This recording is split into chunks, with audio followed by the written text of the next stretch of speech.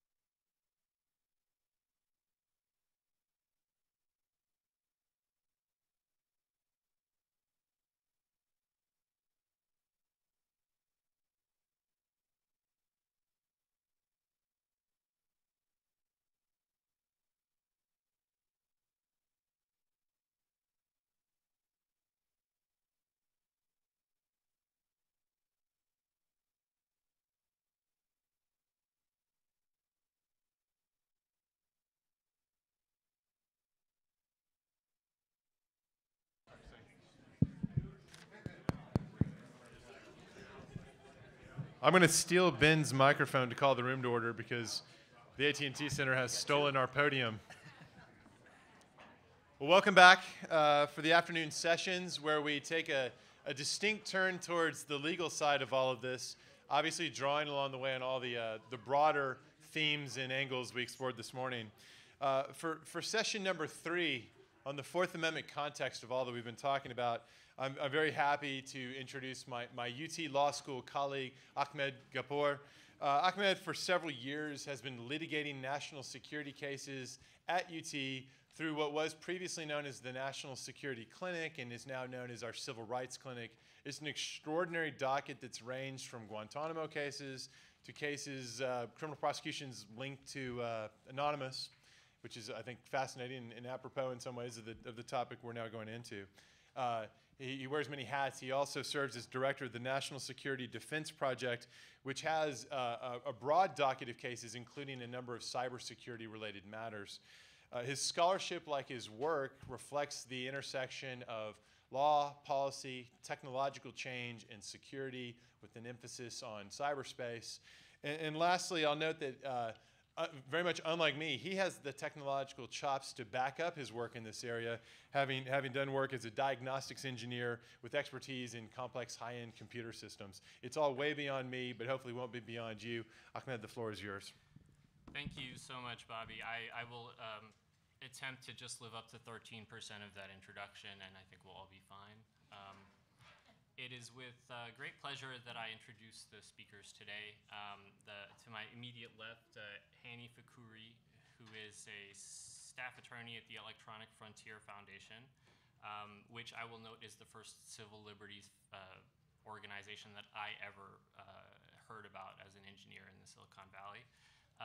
He has written numerous amicus briefs in state and federal courts throughout the country on warrantless police surveillance and cybercrime. He's been published in The Jurist, New York Times, Slate, and Wired magazine, and is sought after as an expert on electronic surveillance issues in criminal law. Before joining the EFF, Hanni was a federal public defender in San Diego, where he tried numerous jury and bench trials and argued and won multiple times before the Ninth Circuit on appeal. To his immediate left is Mr. Benjamin Powell, who is a partner with the law firm of Wilmer Hale, and his practice focuses on cybersecurity, data breach, privacy, national security investigations, and international investment issues.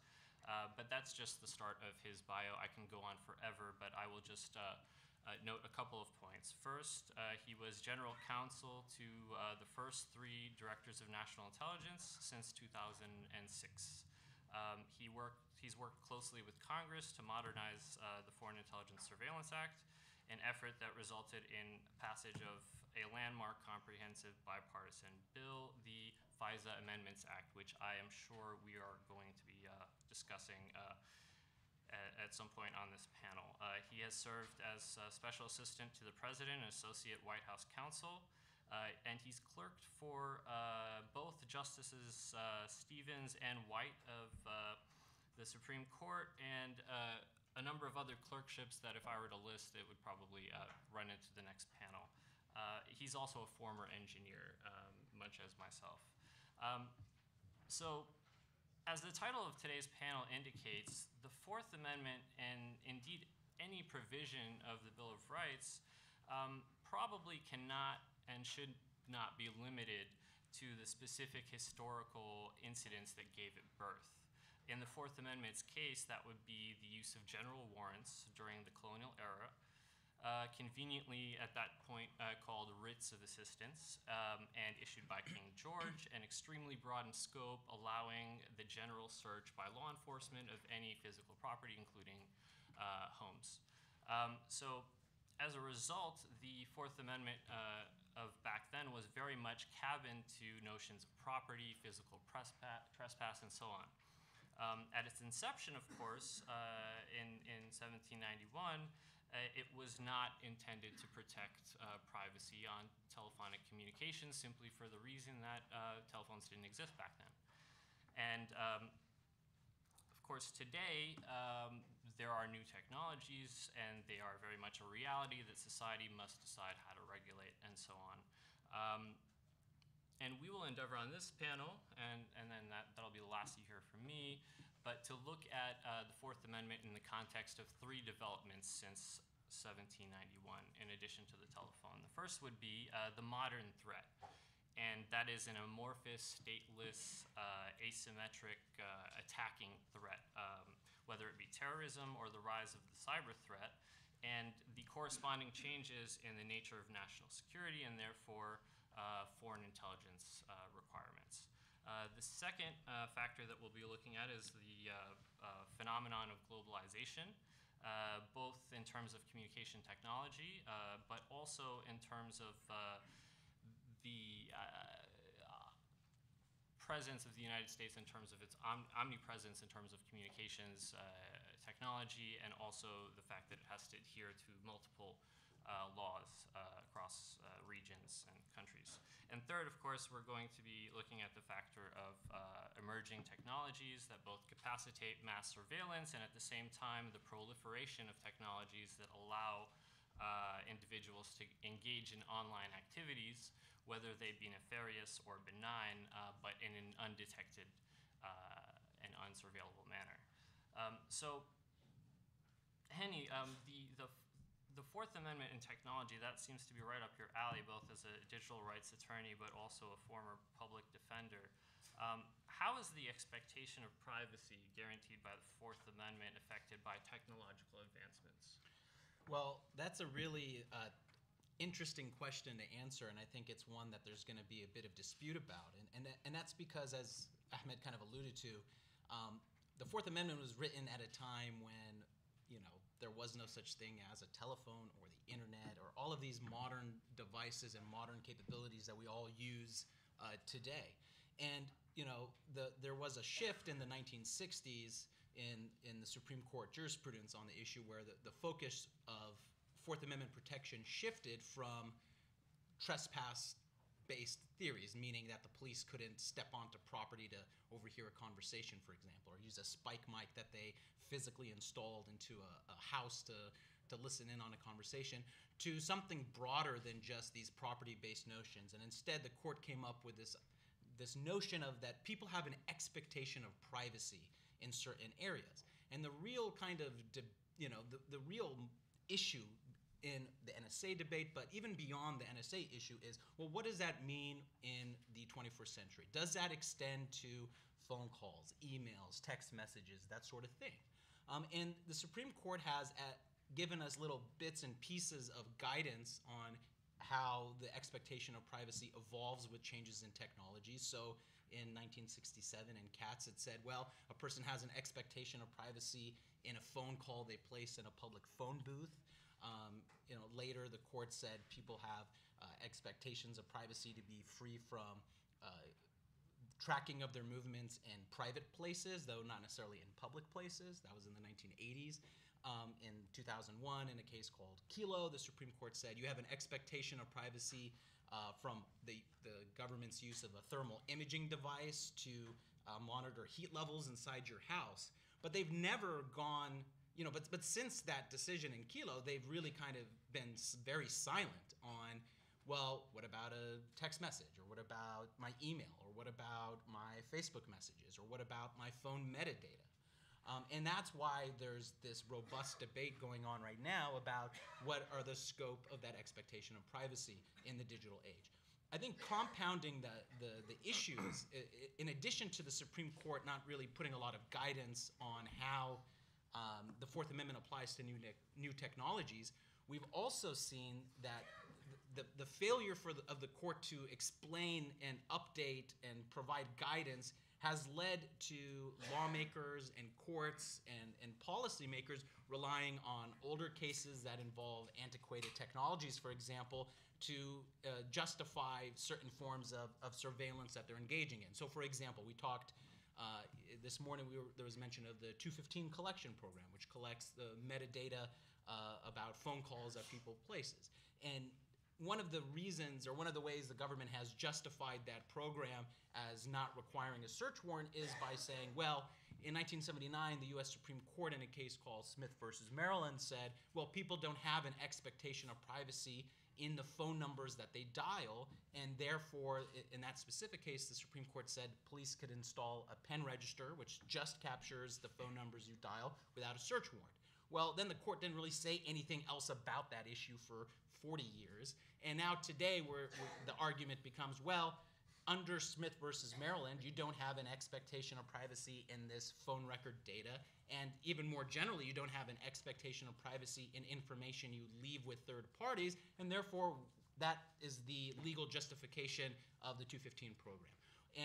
And there's some real issues there, and there's some real problems, at least in my opinion, there's some real problems with taking a very narrow, limited case that was limited to its facts and applying it in a larger scale. But that is the challenge when it comes to these new technologies. And it's not just 215, it's an issue with 702 collection, it's an issue with, forget the NSA for a second, just think about domestic law enforcement, solving burglaries and robberies. It's an issue there. And it's something that courts are going to have to address, legislators are going to have to address, and the general public needs to have a conversation about. Just a quick follow-up on that. What is the problem with metadata in your view in terms of the privacy harm?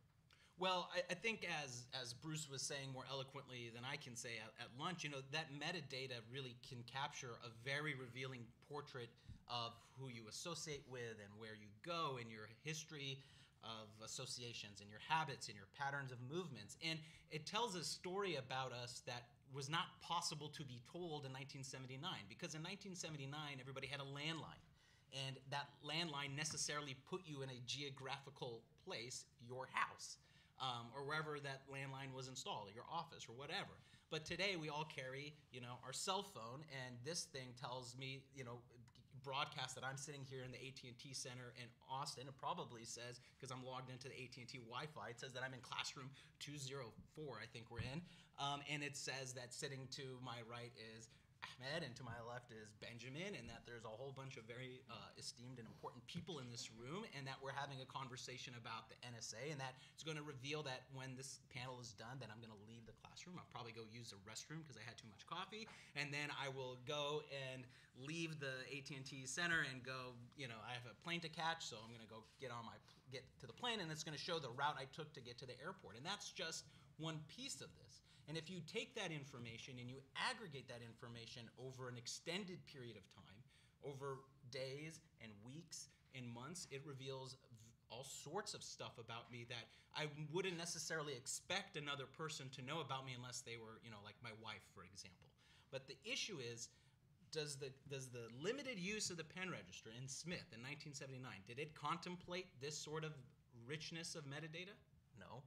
Did the Supreme Court in 1979, when it said you could use a pen register without a search warrant, did they contemplate that this was how technology was going to evolve at the time? No, probably not. And so we're right back at that same dilemma where the law hasn't kept up with the advances in technology. Thank you, Hanni. I just want to make two remarks. The first is I've actually got Bobby's phone, so you're sitting next to Bobby.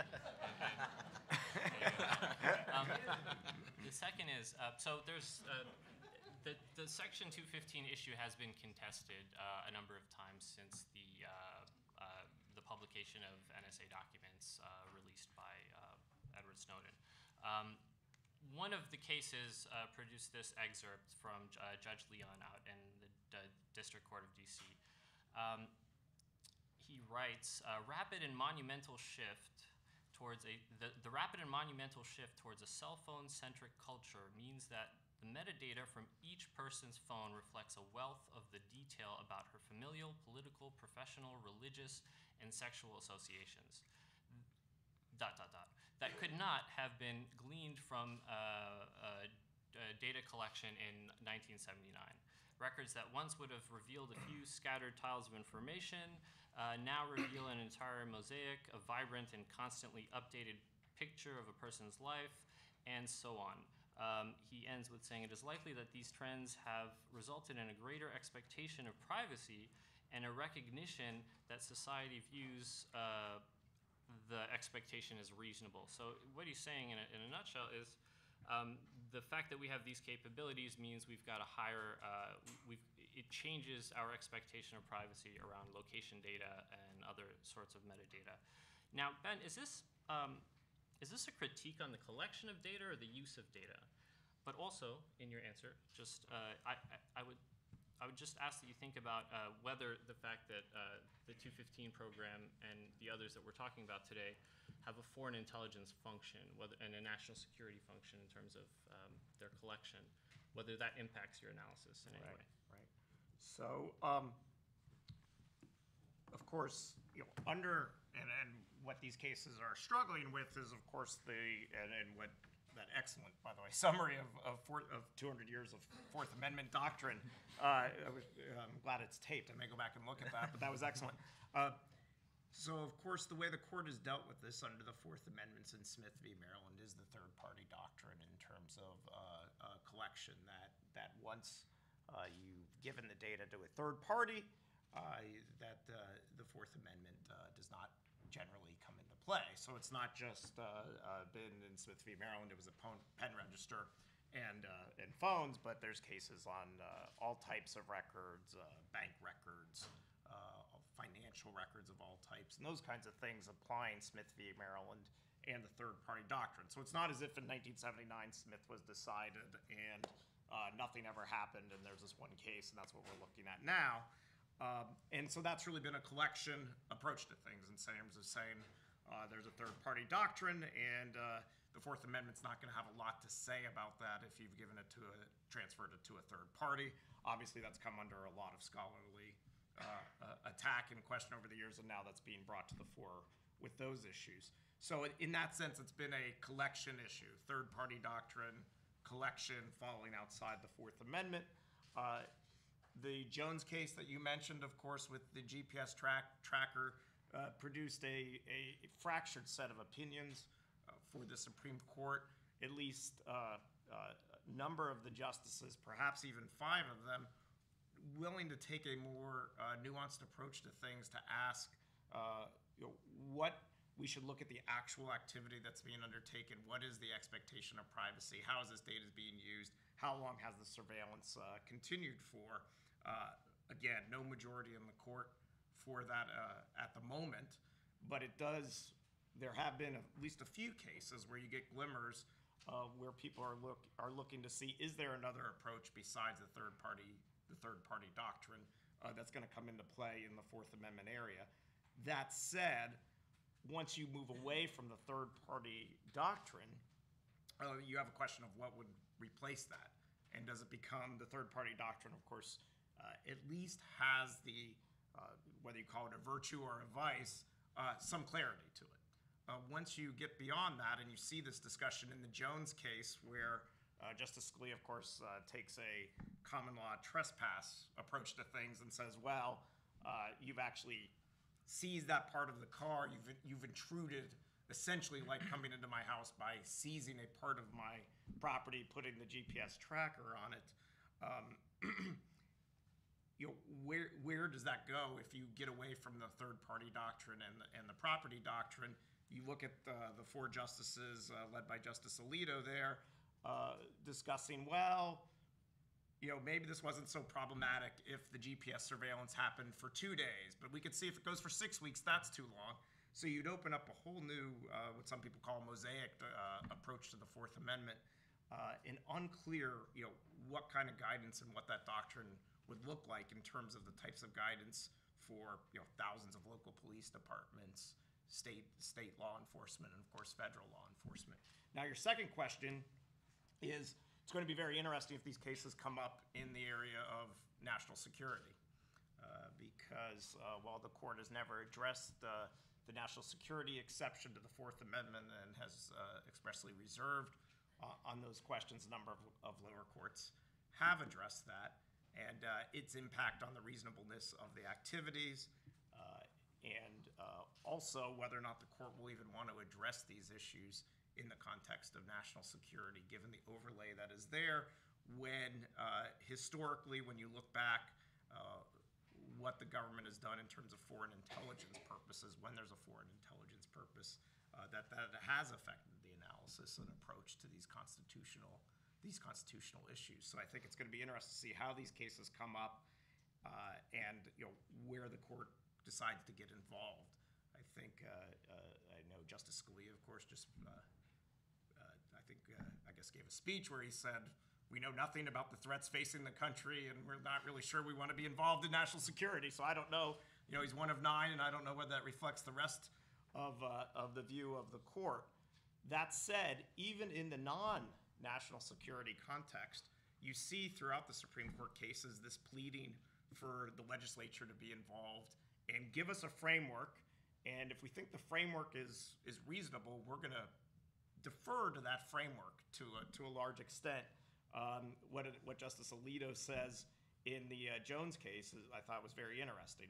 He says, in circumstances involving dramatic change, the best solution to privacy concerns may be legislative. A legislative body is well situated to gauge changing public attitudes, to draw detailed lines, and to balance privacy and public safety in a comprehensive way. So the types of issues that Bruce eloquently spoke about at lunch, about the internet, where are we going with all of these issues of metadata and different types of data? I don't know how well suited we want to look to 9 justices of the Supreme Court over a number of cases to interpret the Fourth Amendment to somehow give guidance in complicated areas of both national security and a framework for addressing these issues. Just a little bit of history here. Of course, after Katz was decided in terms of applying the Fourth Amendment in the electronic surveillance area, Congress responded with a comprehensive framework under the Wiretap Act, and that brought stability to that area. And while you have some cases on the margins from time to time, from a law enforcement perspective, you now have a statute. You follow the statute. You know what is set out there. If you follow those procedures, then you're able to do your job, and you know that you're going to be on stable ground in terms of approving it. So you don't really see Fourth Amendment attacks on the Wiretap Act and other issues.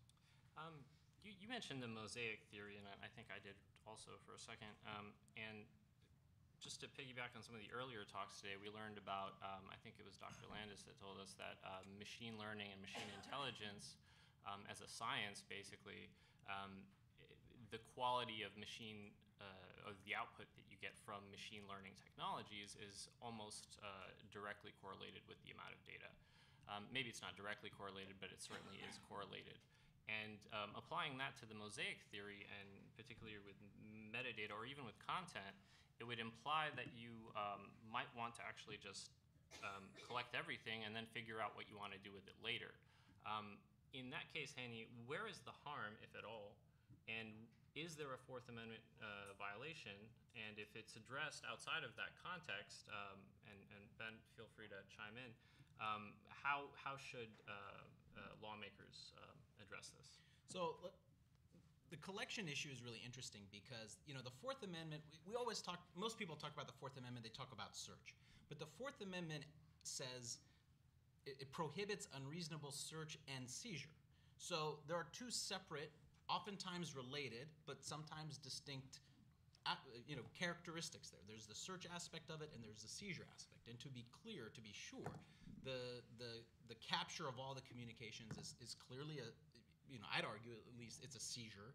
It's also a search. Now the issue is, and this goes back to what we first started talking about, the technology aspect of it is, well, how can the government do a targeted, narrow, particularized search without collecting the haystack, right? The Fourth Amendment, it talks about unreasonable search and seizure, and also says searches have to be particularized, which generally means, if you think about it in a physical world, it means the police or the government, law enforcement can search or seize, and they can go to the judge and they can get the warrant, but it has to particularly describe the place to be searched. And what that generally means is, if you know the suspect lives in an apartment complex, you can't go get a search warrant for every apartment. The warrant has to say it's apartment number 5. And similarly, if you have probable cause to search for a shotgun, for example, when you go execute the search warrant in apartment number 5, it would be unreasonable to search paper envelopes on the desk because the shotgun can't be in the paper envelopes, right? And so these are concepts that make sense in the physical world, but how do we apply them to the digital world? If I want to capture communications, email communications from someone who I suspect is a member of Al-Qaeda, well, how do I sift through all of the internet data to capture that information, to then filter out the irrelevant, the millions of spam messages in there, and then the million images of pornography that are in there, and then to sift through all the Groupons and living social deals you don't read, and finally actually get to the stuff I want. And this is where there's real tension. And even before the NSA controversy, there was tension and debate in the courts about how to apply these principles to electronic searches. Because if you think about it, the government's argument, which I admit, even as a privacy advocate, I can understand a little bit where they're coming from when they say, well, look, Judge, we have to search and we have to get everything, and we have to search everything to find what it is we want to get, because the crooks aren't going to label the drug ledger file as drugledger.doc, right? And they're not going to label a folder of child porn as child porn picture folder, although that has happened, but it doesn't happen too often. So we have to sort through all of it. And the court said, well, look, there's if we allow you to do that, then we're getting into these general type searches that the Fourth Amendment was supposed to do away with. And just because technology has exploded the amount of information you have to sift through, we have to come up with creative ways to think about how to make your collection and your searching of this data more narrow and more particularized. I think the NSA debate is the embodiment of this issue. Ben, you mentioned after Katz, Congress stepped up and they passed the Wiretap Act to regulate some of this. In the NSA context, the FAA was passed as a means to kind of cabin the law enforcement's ability to engage in this kind of blanket collection. But as we've seen since the leaks have kind of revealed the contours of this program, we're still kind of stuck in the initial dilemma that the Fourth Amendment is designed to prohibit, where you have the massive capture of everything and then you have the sifting through it later. And that is, in the paper context, courts have been very reluctant to approve of that wholesale seizure unless there's a really, really compelling need. And it's I think, I'm not saying, national security is not a compelling need at all, but I'm saying that there isn't that same level of particularity, that same sort of showing like, we need to collect all of these documents in this file cabinet from this business that we suspect is violating tax laws because we want to find the fraudulent tax forms is one thing, but to say, well, we got to capture every communication that travels over the internet so that we can figure out who's talking to who, that's taking it too far. And so that's where there's real debate, and that's where there's some real tension there between the statutory framework, the constitutional framework, and whether we're allowing the government to do exactly what the Fourth Amendment was intended to prohibit them from doing. Ben, how does the fact that just a couple things to point out. The first is in the context of law enforcement searches and seizures, it makes sense that you're looking for evidence of a crime, et cetera. But in the national security context, is there an argument for we just need to collect everything because we need to detect patterns? And specifically, given the cyber threat and the sort of incredibly amorphous footprint of a cyber attack, which one could make an argument that you actually do need to capture everything in order to be able to conduct a forensic analysis. Not to say that I agree or disagree with that argument, but does the national security context matter? I think it does matter. I think the court has acknowledged that it matters. Certainly, you have the challenge in front of the Foreign Intelligence Surveillance Court of Review, which was an adversarial proceeding, and that was a challenge to something called the Protect America Act, which was a predecessor to the FISA Amendments Act. It had, I'll say, less rigorous requirements on the government than the FISA Amendments Act, and was upheld in that challenge where they accepted the national security exception, what's colloquially referred to as the national security exception to the Fourth Amendment. So you do see this, and there's been other cases, of course, along the same lines. But that said, I don't think you can ride that too far. So the idea of collecting everything. I think it matters. I mean, we talked about third-party doctrine, we talked about physical trespass and other issues.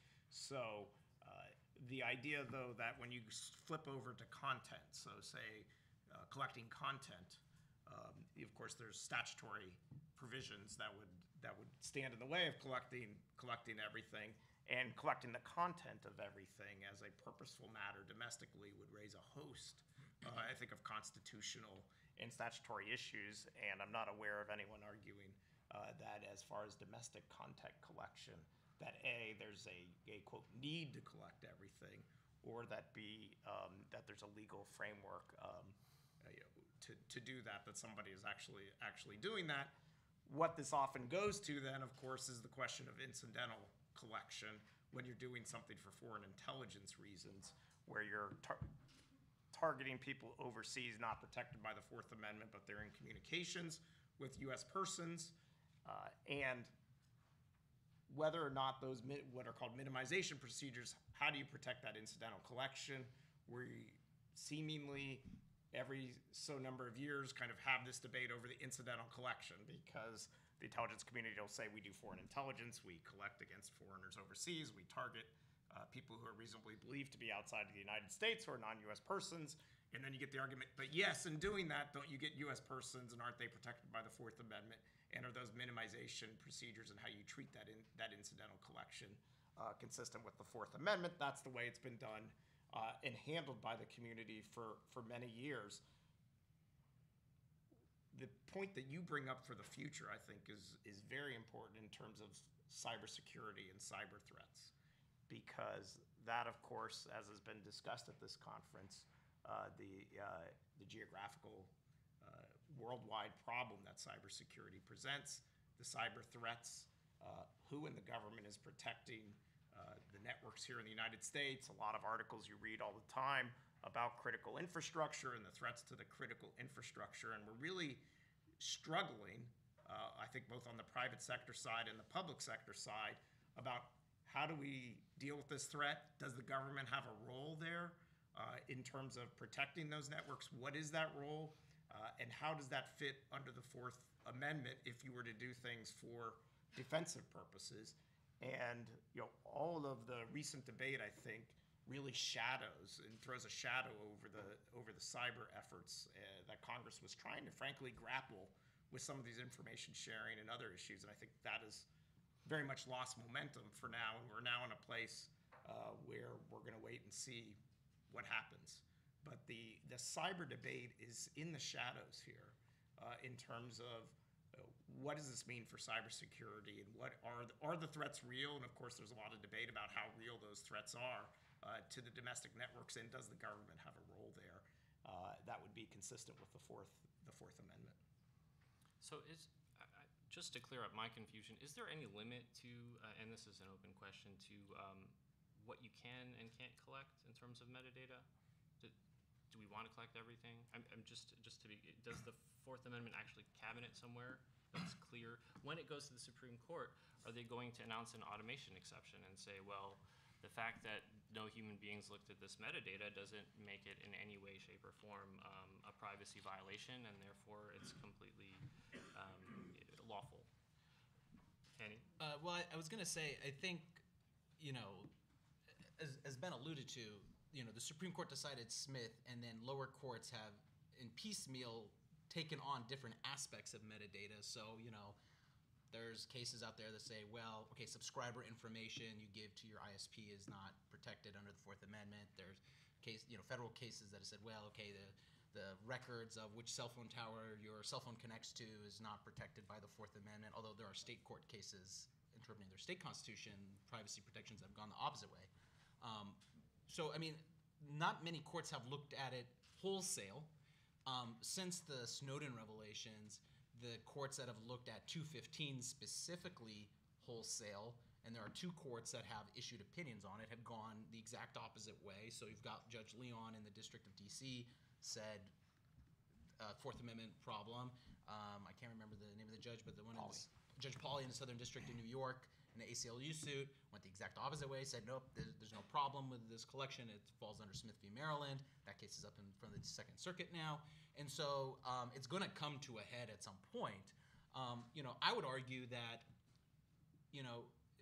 and you kind of were asking, what is the substitute for the third-party doctrine? And I think in my mind, the way I think of a substitute is, let's forget this idea that every little piece of information we disclose to another means that not only have we lost our privacy expectations in that piece of information, but in the global set of information that flows from it. And instead, we need to have I would like to see the Fourth Amendment go back to focus on kind of a concept of like intrusiveness, which is always present in the Fourth Amendment jurisprudence. I mean, at its core, the Fourth Amendment looks at what is the government's action and how intrusive is it, and does it violate an expectation of privacy? And I think if we refocus on that, and again, state courts interpreting their state constitutions, which can provide stronger protection than the Fourth Amendment, have signaled a willingness to take a more robust view of what how invasive a particular piece of metadata or surveillance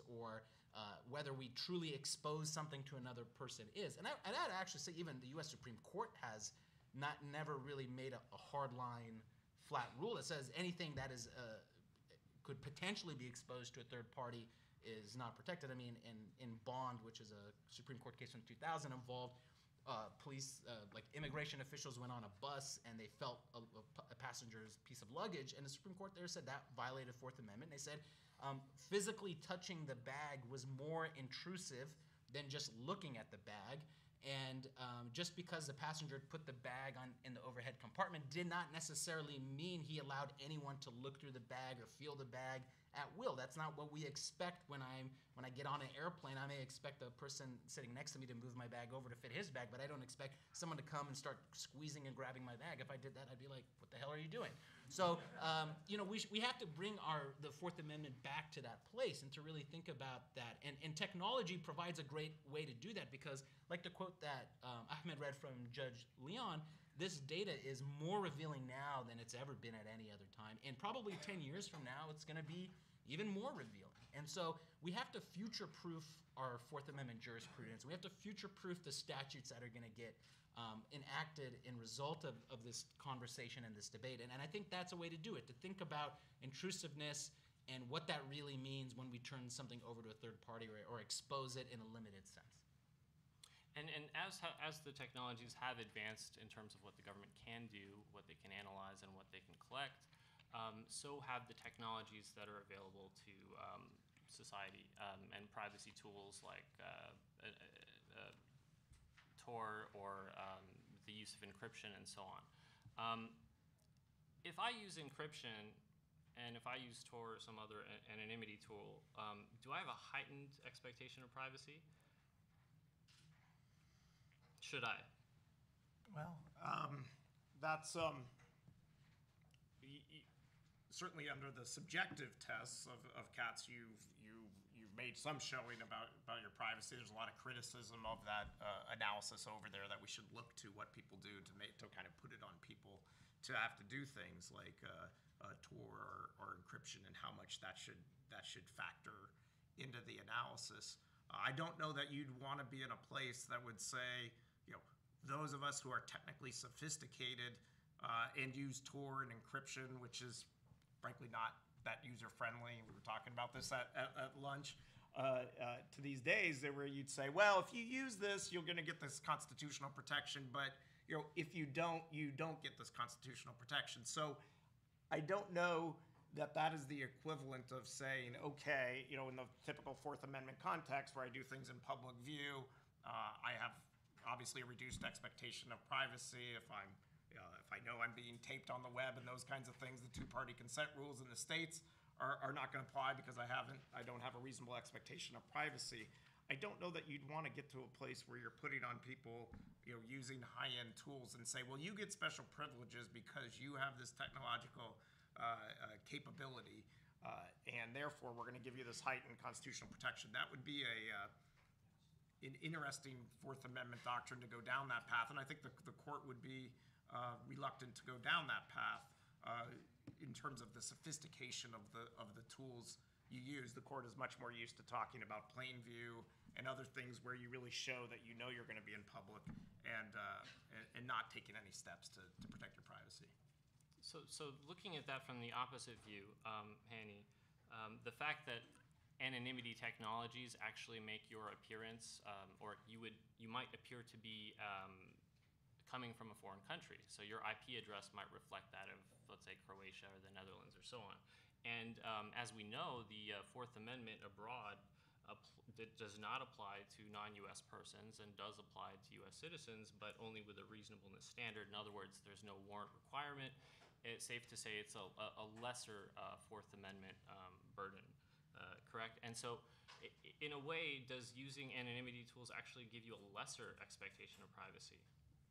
Well, I share Ben's concerns about framing any sort of constitutional right on who uses what specific technologies, but I think the flip side of that is, well, I like to think of it this way. You know, like well over 100 years ago, in Ex parte Jackson, the U.S. Supreme Court in 1896 said, when you put a letter in the mail, you have an expectation of privacy in the contents of the letter. You don't necessarily have an expectation of privacy in the envelope and in the stamp and the address of where your letter is going to and in the return address, but you have, you know, you don't expect the postman to come and see your mail and decide he wants to open it and read what you've got to say and then close it and then reseal it and mail it. We don't expect that. And so to the extent that there are tools out there that help make that envelope even more tamper-proof, I'm all for it. And I would hope that our government would not take steps to undermine that. And there has been some suggestion that they have. And you know, I'm not a technologist. I don't know the specific contours of that or what, but I mean, that's what's been reported. And the real issue is that like something like Tor, which was actually developed by the U.S. government to help its diplomats communicate back home in the United States securely without having other countries intercept their communications, that we should be encouraging, the development of these tools, and the development of these tools will, I think, in turn, create a general sense of, email communication is a private thing. It is just the 21st century equivalent of mailing a letter. And we shouldn't decide that just because Google owns the inbox and AT&T owns the pipe that sends that transits my message, that all of a sudden my Fourth Amendment protections no longer apply. Now, I think with respect to email, there's actually good case law that says email is protected by an expectation of privacy. But I mean, it's like one appellate court decision in the Sixth Circuit, and that's it. But we need to have a stronger recognition of that. So to the extent that those tools can reinforce the idea that electronic communications, and especially the contents of those communications, should remain private, then I think that's a step in the right direction, and it's a step towards future-proofing the Fourth Amendment, if you will. And in terms of the international nature of communications, Ben, we've got a situation where you might be storing your data in the cloud and not knowing exactly what country it's in. So let's say I store my data in the whatever cloud I'm registered with, and it's in Palo Alto, California, and then with this other cloud that I'm registered with, it winds up in Iceland or something. Are we at a point where, because of this international nature, that we have to revisit how we look at expectation of privacy, at least with respect to the geography? I don't know that they are. So the protections are going to apply to the U.S. citizens generally wherever they are in the world, and in fact, a little noticed, overlooked provision of the FISA Amendments Act actually, one of the compromises or deals that was made that got bipartisan support for that was to modify something, an obscure provision called Section 2.5 of Executive Order 12333. Prior to the FISA Amendments Act of 2008, you did not need a court order to carry out electronic surveillance of U.S. persons overseas. And that some of that had been actually litigated before the FISA Amendments Act as a statutory matter changed that. Prior to the FISA Amendments Act, you went to the Attorney General to get what was known as a 2.5 order. FISA was amended to say that now you need to get a court order to go overseas. I bring that up because it's an example of a place where the Fourth Amendment doctrine did not change, but Congress considered this issue, brought to their attention. There was debate over the issues, votes taken, and now there's a statutory framework. It's clear. You know what you have to do if you're in the intelligence community or and you want to carry out certain operations. I just bring that up because it's an example of a place where the things that we talked about in terms of privacy and new technology, are we going to develop that in some kind of very uneven set of Fourth Amendment cases through the courts? That's going to leave many people in a place of instability. Lots of panels, lots of probably law schools talking about what all these cases mean.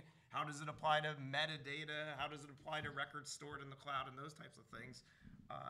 Is it really a debate that's more suitable for the legislature and Congress to settle? I think the courts, particularly the Supreme Court, and you see this throughout their opinions, what few there are on the issue, all but beg for, please give us a framework on this. There's lots of different issues here. Otherwise, we're going to be, in many of the Fourth Amendment cases in the law enforcement context are intensely fact-specific. And you could say that about lots of constitutional cases, but the Fourth Amendment is special in that sense. When you read these cases, there's one about dog sniffs, and there's a debate.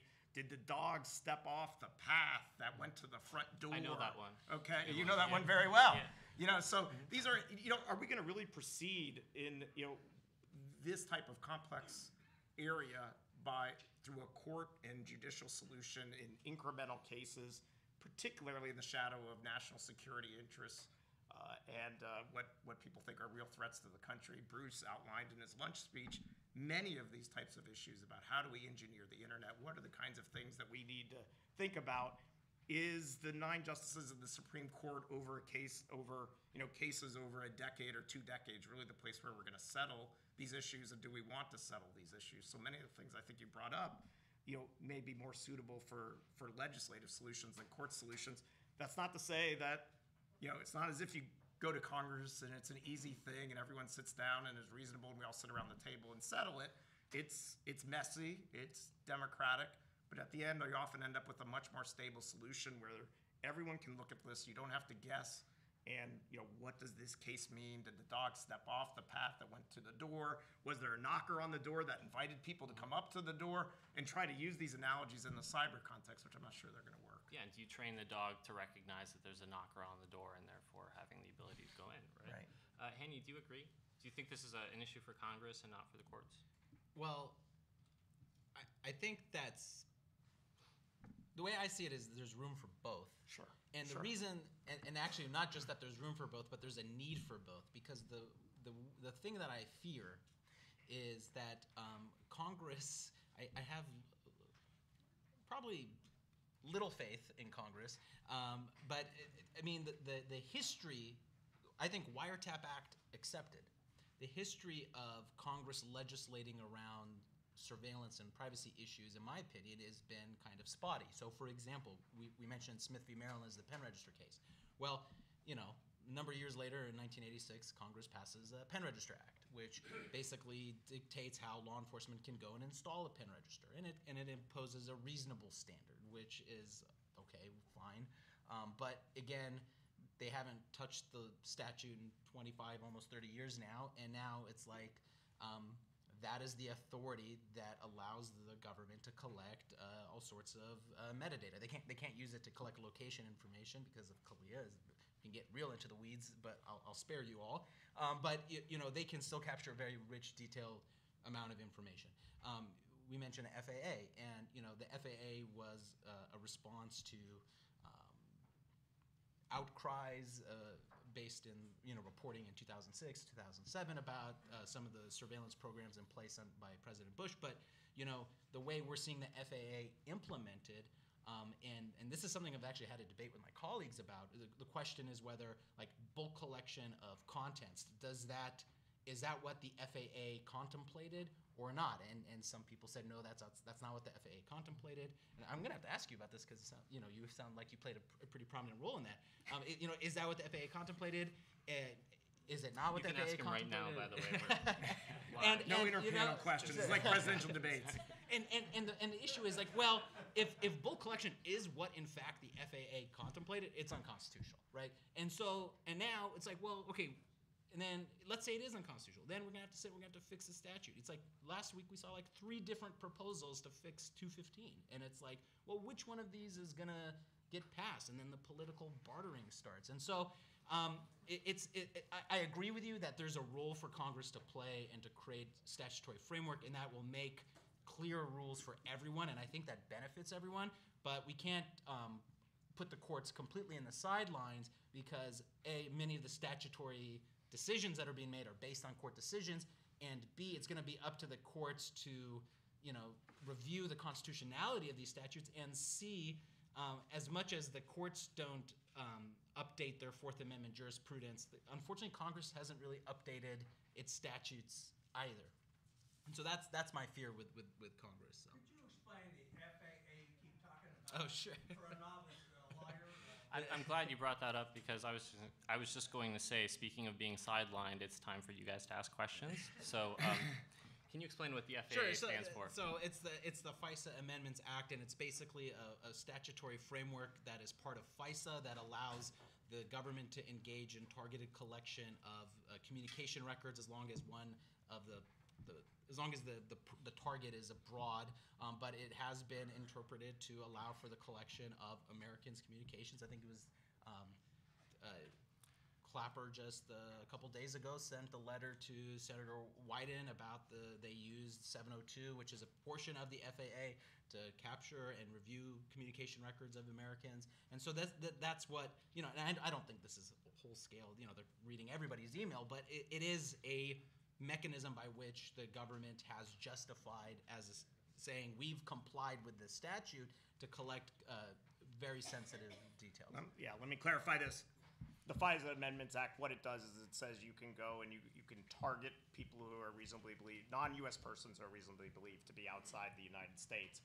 I'm aware of no acknowledgement. There's other people in the room who can raise their hand and correct me if I'm wrong. I'm not aware of any targeted collection of Americans' communications except in a place where they're not in compliance and there's been a mistake made, but I'm not aware of any targeted collection of Americans. What you do get when you do that, just as has happened for many, many, many decades, is when the NSA or the FBI or anyone else, when they're targeting somebody, of course, a U.S. person may show up communicating with that person. So you get what's called incidentally collected communications. That's somebody. So I don't know whether it was the FAA, how it was collected. I don't recall. It's been declassified. I've just read the FBI report, but you recall Major Hassan at Fort Hood. This is in the FBI report. I don't know. This is nothing based on my time in government. But Major Hassan, the Fort Hood shooter, of course, was in contact with Anwar al-Awlaki. So clearly the government was doing something to monitor al-Awlaki and had what are called incidentally collected communications of I think it was Major Hassan, the Fort Hood shooter. And so the government needs procedures. Then you've got U.S. person communication. Can you use that? We now know that, now we've got a major who's in the Army who's in contact with a known terrorist, a very significant terrorist. The question has always been in these debates, well, what do we do with that? Because we didn't have a warrant to get this U.S. person's communication, right? We got it because somehow we were covering al-Awlaki's communications. Well, do we ignore Major Hassan? Do we pass that information to the FBI and look at what Major Hassan has done? Why is this person who's a major in the Army in contact with a known terrorist who's undertaking operational planning to kill Americans? That would seem to be something of interest to the FBI. Do we say, oh my gosh, we got incidentally collected U.S. person information, throw it away, let's pretend it never happened? So you have to deal with that issue, and you need some kind of framework for dealing with those kinds of communications. And that's often where the crux of this debate is when you get this incidentally collected U.S. person information. And I see I had one over there and then one also in the back after. Oh, there you go. Chris Inglis, just to add to what Ben just said, I'm aware of no application of FAA, right, the 702 provision or others to enable bulk collection. Of course, we've had a discussion about how 215, which is a completely separate legal instrument, allows for the bulk collection of metadata, which does not include, by the way, geolocation data, so it's restricted in that regard. Further, there are actually specific prohibitions, not implied, but specific prohibitions to use 702, right, under the Foreign Intelligence Surveillance Amendment Act to reverse target Americans, such that if you know on average that this person of interest to you is always in contact with this foreign person of interest to you, if the first person is a U.S. person anywhere in the world and your intent is to know more about them, and you're trying to be ever so clever by saying, and I can't actually focus my time and attention on them, I'll just focus on the person I know they're in contact with overseas, that is specifically prohibited. And therefore, you can't get to that place unless you, in fact, develop a probable cause for that person explicitly. Finally, I would observe that to the earlier conversation you had, my sense as a practitioner at NSA is that the courts have, and the whole of government has not been the least bit ambiguous about the expectation of privacy of content of a U.S. person anywhere in the world. That's to include subject lines and emails, that there is an expectation of privacy. And therefore, if you are to target that for a U.S. person, you need a probable cause warrant. Our general counsel is here from NSA, see if I've got that right. Yeah, that is right. I think the one thing I would add on the issue of bulk collection under Section 702, so this is the question of whether you collect content in bulk. In the effort of trying to be a little more transparent at NSA, I recently testified about some of the details of how we conduct this collection. And so it is very targeted in the sense of being directed at particular identifiers, an email address or a phone number. And so while there may be legitimate policy issues, certainly about incidental collection, I wouldn't want anyone to walk away thinking there's a mass intake of content under this, indiscriminate content under this statutory provision. Do you mean indiscriminate U.S. person content, or? Frankly, anybody's. So this provision is implemented by targeting particular phone numbers or emails or other specific identifiers. Questions? So if it goes to trade shows, this is the version of it that was going to be installed at Grand Central Station. This will be the last one, by the way. Unless anyone else raises their hand, it's really quickly. This is the version of it that I can't show you that's going to be at London City Airport. Fakhoury. So there's a simple argument I hear from time to time that says maybe the NSA is allowed to collect whatever it wants, even on U.S. citizens, because that's not information that's going to be used in a prosecution. And the Fourth Amendment is really just a protection on what evidence can be brought into a prosecution at the end. Would you like to dispel that? And Mr. Day, if you're willing to respond to that, opine on that too, I'd welcome your thoughts. So I think I would disagree a little bit with your characterization of the Fourth Amendment. The Fourth Amendment is intended to be a check on how the government searches and seizes, period. It is not, it can apply in a civil context, it can apply in a criminal context. It is a restriction on the government's ability to engage in a search and seizure. Now, so OnSite Pro is our latest application with the financial market. It takes, I have of all the Bloomberg, a competing assets, speaker. being news, live TV, obviously. So inside an application. If I may interrupt the voice of God here. I think we're being surveilled. Yeah. So to be clear, the Fourth Amendment, it says the government should not engage in unreasonable search and seizure. Doesn't matter if it's for a criminal investigation or a civil investigation. You can bring a lawsuit saying the government illegally searched stuff for tax purposes, whatever. So it's not necessarily hinged to criminal investigation. Now, it routinely comes up in criminal investigations because that's where most of the time the government is searching and seizing. And in terms of the prohibition of the use of tainted evidence, of illegally searched or legally seized evidence, that's also not really in the text of the Fourth Amendment itself. It's basically a judicially created remedy for the violation of the Fourth Amendment, and it's a way to deter the government from engaging in illegal searches and seizures. And so I think that the issue of, well, it's going to be used in a criminal, most people don't don't care. They're not going to be charged with a crime. I think kind of is not really the point. The point is, should the government collect and search and seize data in whether it's bulk, under 215, targeted, whatever it may be? What are the contours for that? And to be clear, we've never, I'm not here to say they can never collect anything ever. Long live liberty, okay? What I'm here to say is there are legal limits to how that collection is supposed to take place, to how those searches are supposed to take place. And as I think, we've all kind of discussed, the law has not kept up with the technological realities, and there are questions, and there are lingering questions, and there are difficult questions about what does 21st century search and seizure law look like? What does it look like in the statutes? What does it look like under the Fourth Amendment as a whole? What are the courts going to deal with it? The courts are reluctant. Congress is slow to act. And in the meantime, we've seen this explosive growth in the technology. We've seen, law enforcement's not really sure what to do in many instances.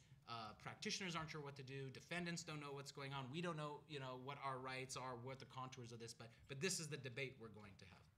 Just to tack on just a 15-second comment before we close the panel, the reality is that this evidence actually ends up oftentimes in a criminal case. The only difference is that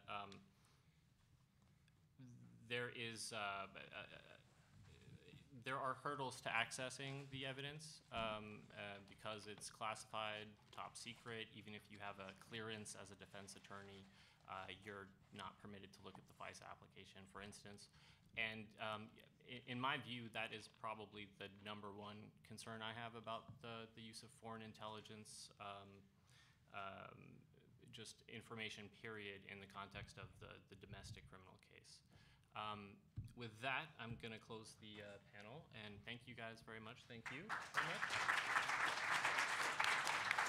That was fun. Here we go. According to the schedule, we would normally roll right into the next session, but what I think we should do is we're going to break until 3:05. We'll have the final discussion back to back. Go ahead and get breaking now, and then we'll reassemble for the final session. Exactly. What did you say, Bobby? I missed that. But we're just going to break for 10 minutes, and then we're going to have the final discussion.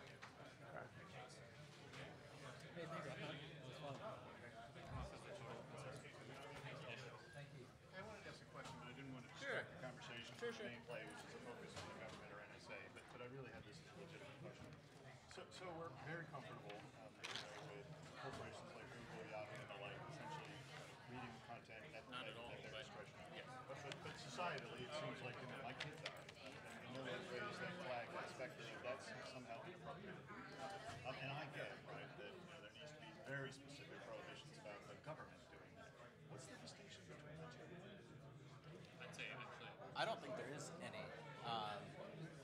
So I'm not looking for a pass on the government Deal side. with the government. No, I actually get that question a lot, and what I tell people is, I do think there is a difference in who we expose certain bits of information to. So so to the extent that the government's on, They can right, do things that private sector absolutely. So there's a power in privacy. yeah. This is what you might do to me. It's private information. Sure. Well, and what I will say is that with respect to private companies, the issue we've always said is, look, if you're going to collect data, you have to be very transparent. And so we said a couple things. One, you have to be very transparent and clear to your customers that you're doing it. B, ideally, they create a mechanism by which the consumer can opt out of that collection. And C, the market has to create alternative services that allow users, that creates a real marketplace so that if you want to use free, massively, massive inbox type email, that you're not just getting No. Using the what's called the right. Right. The FISA amendment. How do I then kind of have my frame of reference? I think that the right standard is the government. And we need to show cause as to how that achieves that. The next play at FISA is in private sector. Sure.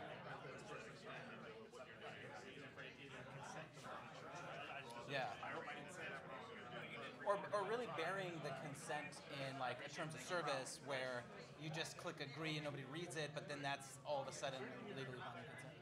Essentially get about that, probably know by